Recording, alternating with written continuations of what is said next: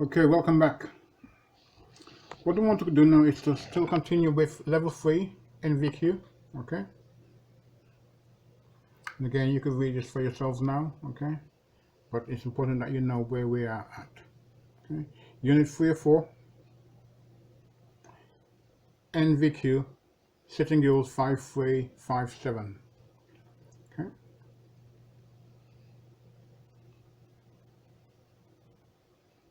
And we're going to be looking at session 12, conduit size,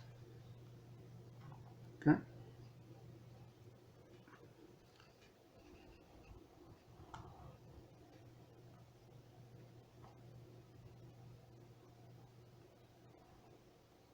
Okay.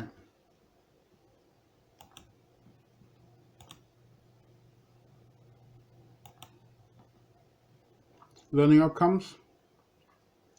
The student will be able to explain how conduit is sized, okay? Conduit comes in lots of different types, okay? And just have a look at these ranges, okay?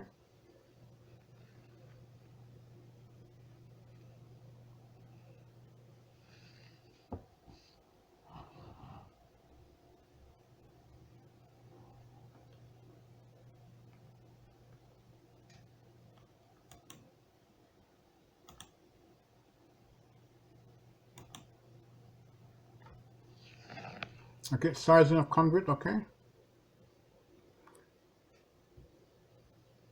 Okay, just so you can read this.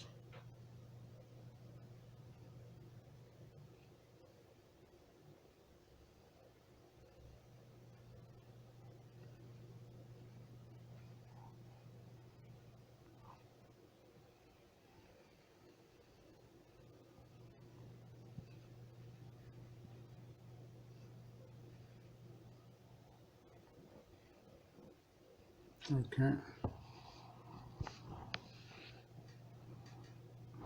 Now you will need Appendix E of your on-site guide.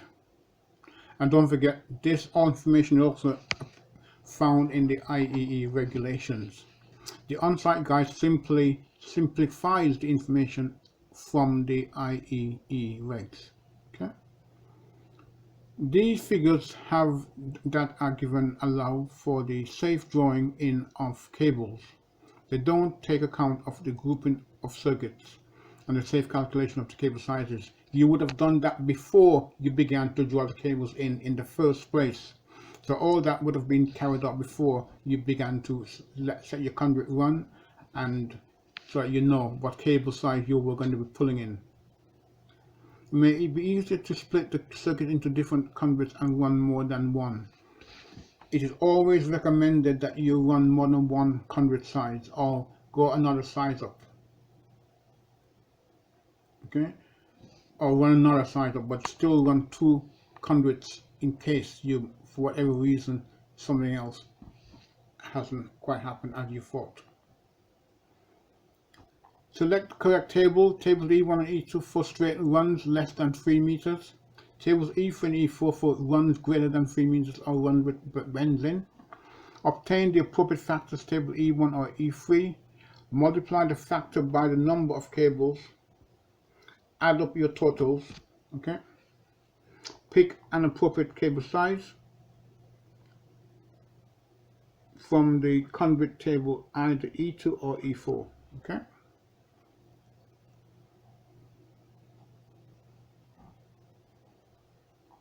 And here's an, oh, sorry. It's okay, we're sliding down to the example, but I have to click on it, haven't I? Okay, so bear with me for a second. And here is an example, okay? Okay, example, let me make sure you can read the example, see what we're saying, okay?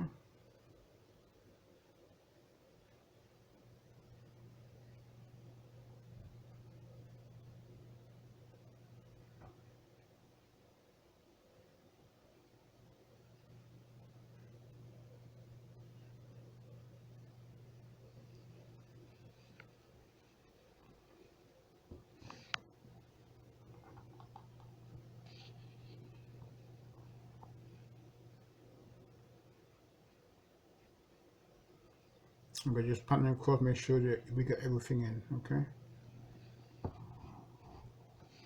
And here's where we are, okay? And we got our factors now. Here we have 1.5, 2.5, and we know the cable factors is these, 27 and 39. So we put our cable factors here. We know the number of conductors, 6 and 4. Okay, 6 because there's 3 lighting circuits, and 4 because it's a ring main. It comes back to the point of origin. So we then multiply that by that, and it gives us that. Okay. We then add these two together, okay, and it gives us that. Okay.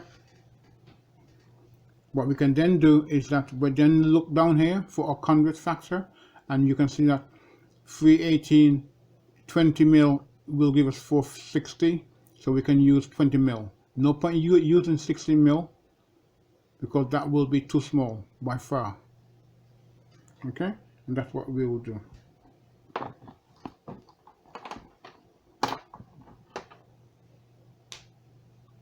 Okay, let me just pan out, make sure that we got it all in. Okay, drop it, make sure we got that in as well. Okay.